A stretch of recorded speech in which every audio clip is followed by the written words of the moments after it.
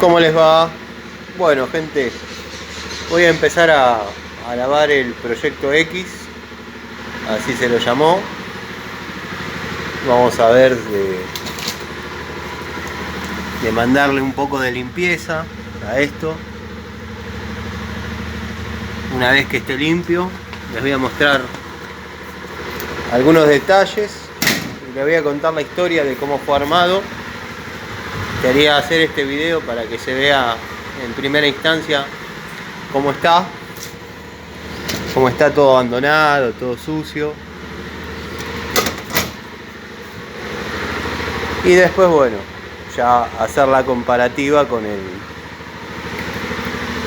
el proyecto limpio y ya en marcha. Lo que se escucha es el fierro allá que tengo. La 200 está regulando, secándose, tranqui. Ahí tenemos la Karcher. Así que bueno, quería mostrárselo sucio primero, hacer la comparativa. Voy a sacar la dirección.